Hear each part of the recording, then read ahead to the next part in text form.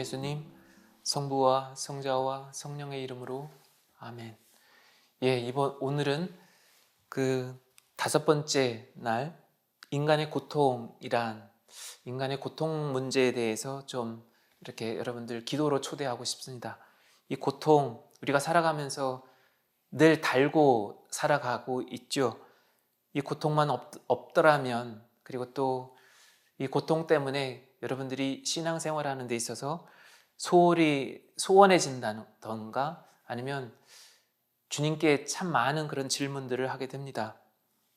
남 모르는 고통, 또 쉽게 내보일 수도 없고 죽을 때까지 안고 갈 수밖에 없고 어느 누구에게도 이해를 바랄 수 없는 이러한 고통들이 많이 있습니다. 개인적으로 또 가정 문제, 또 친구와의 문제, 또 나 자신의 그런 미래, 다가오는 시간들에 대한 두려움, 그것이 고통으로 해서 잠을 못 이루게 할 수도 있겠죠.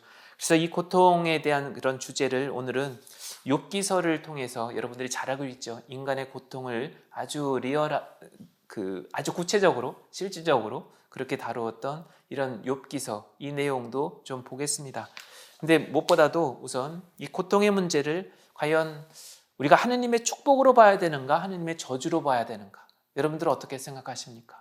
이 고통을 우리가 잘 극복하고 그러면서 고통을 통해서 어떤 사람들은 성장하는데 어떤 사람들은 더욱더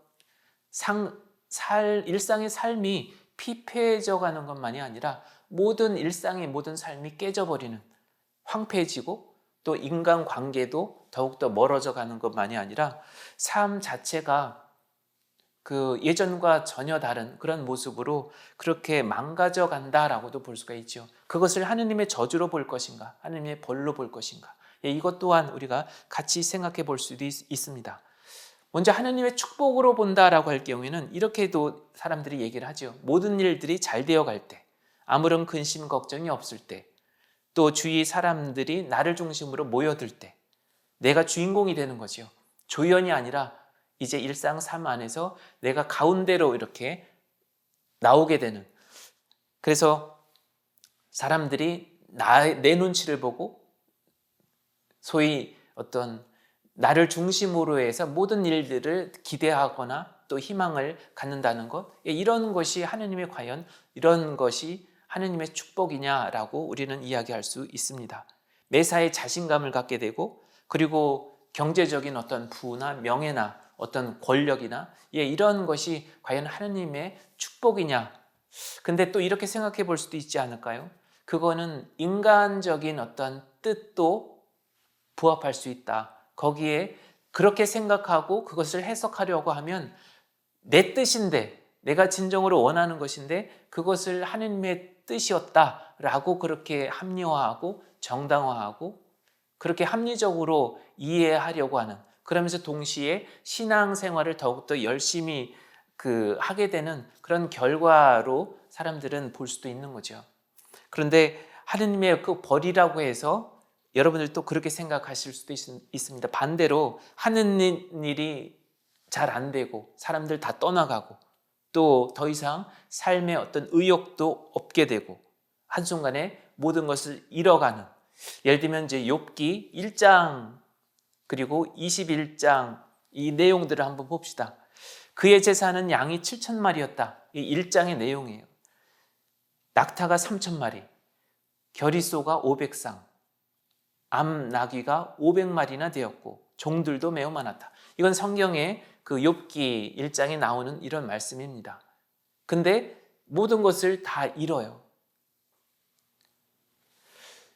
여러분들 어느 날 갑자기 이러한 상황에서 여러분들이 욥처럼 모든 것을 다 잃을 경우, 재산, 명예, 권력, 또 사람들과의 관계, 또 미래의 나름대로의 어떤 계획들, 이런 모든 것들이 어떤 자연재해라든지 아니면 여러분들 나름대로의 어떤 인간적인 계획들 세웠었는데 한순간에 모든 것을 잃었다라고 했을 경우 과연 그것이 하느님의 저주였는가, 하느님의 벌이었다라고 여러분들 단정적으로 쉽게 생각할 수 있겠습니까? 아니면 반대로 하는 일, 계획하는 모든 일들이 한순간에 이루어진다고 해서 하느님은 나만을 사랑하셔, 나에게는 이런 어떤 축복이 늘 옛날부터 있어 왔어라고 여러분들 단정적으로 쉽게 여러분들 이야기하실 수 있겠습니까?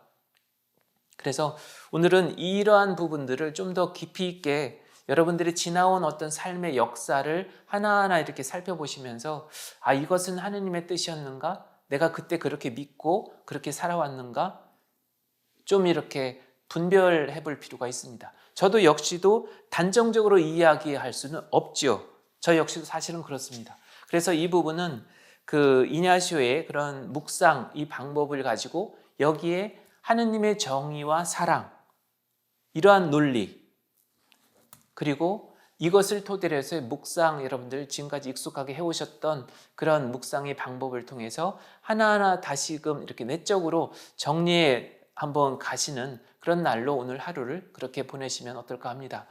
그 구약의 그런 기본 논리, 의인과 죄인의 그런 논리가 그렇지 않습니까? 의인은 율법대로 하느님의 계명대로 잘 지켜온 사람을 의인이다. 또 반대인 경우 죄인이다라고 말씀을 하시는데 예수님은 신약에서 어떻게 얘기를 하셔요? 하느님에 대한 진정한 사랑, 여기에 이웃에 대한 사랑을 이야기하지 않습니까? 그렇다면 이 욥기를 토대로 해서 이 인간의 그런 고통의 문제, 우리들 생활 안에서 여러 가지 살아가면서 매끄럽지 않은 일상 안에서의 그런 체험들, 이러한 부분들을 다시금 살펴보시면서 그 안에 내가 얼마나 최선을 다했고 정성을 다했었는가, 거기에 진실한 마음, 또 이웃에 대한 사랑, 하느님의 정의, 그 사랑이 하느님에 대한 사랑, 이런 여러 가지가 얼마만큼 깊이 있게 녹아 있었는가, 이런 부분들을 함께 이렇게 살펴보시다 보면 어느 정도 좀 정리가 되지 않을까 합니다.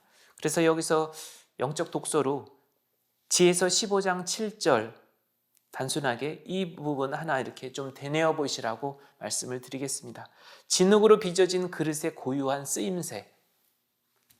그릇, 수많은 우리가 여러분들 가정에서 보면 수많은 그릇들이 있는데 다 쓰임새가 다른 거죠. 우리들 각자의 그런 목도 그러한 어떤 형태로 하느님과의 그런 관계를 살펴보시면 좀 더 내 자신이 일상 안에서 어떤 응답을 드려야 되는가, 어떻게 나아가야 하는가, 좀 방법과 또 지혜가 또 이렇게 좀 떠오르지 않을까 합니다. 오늘은 여기서 마치도록 하겠습니다. 성부와 성자와 성령의 이름으로 아멘.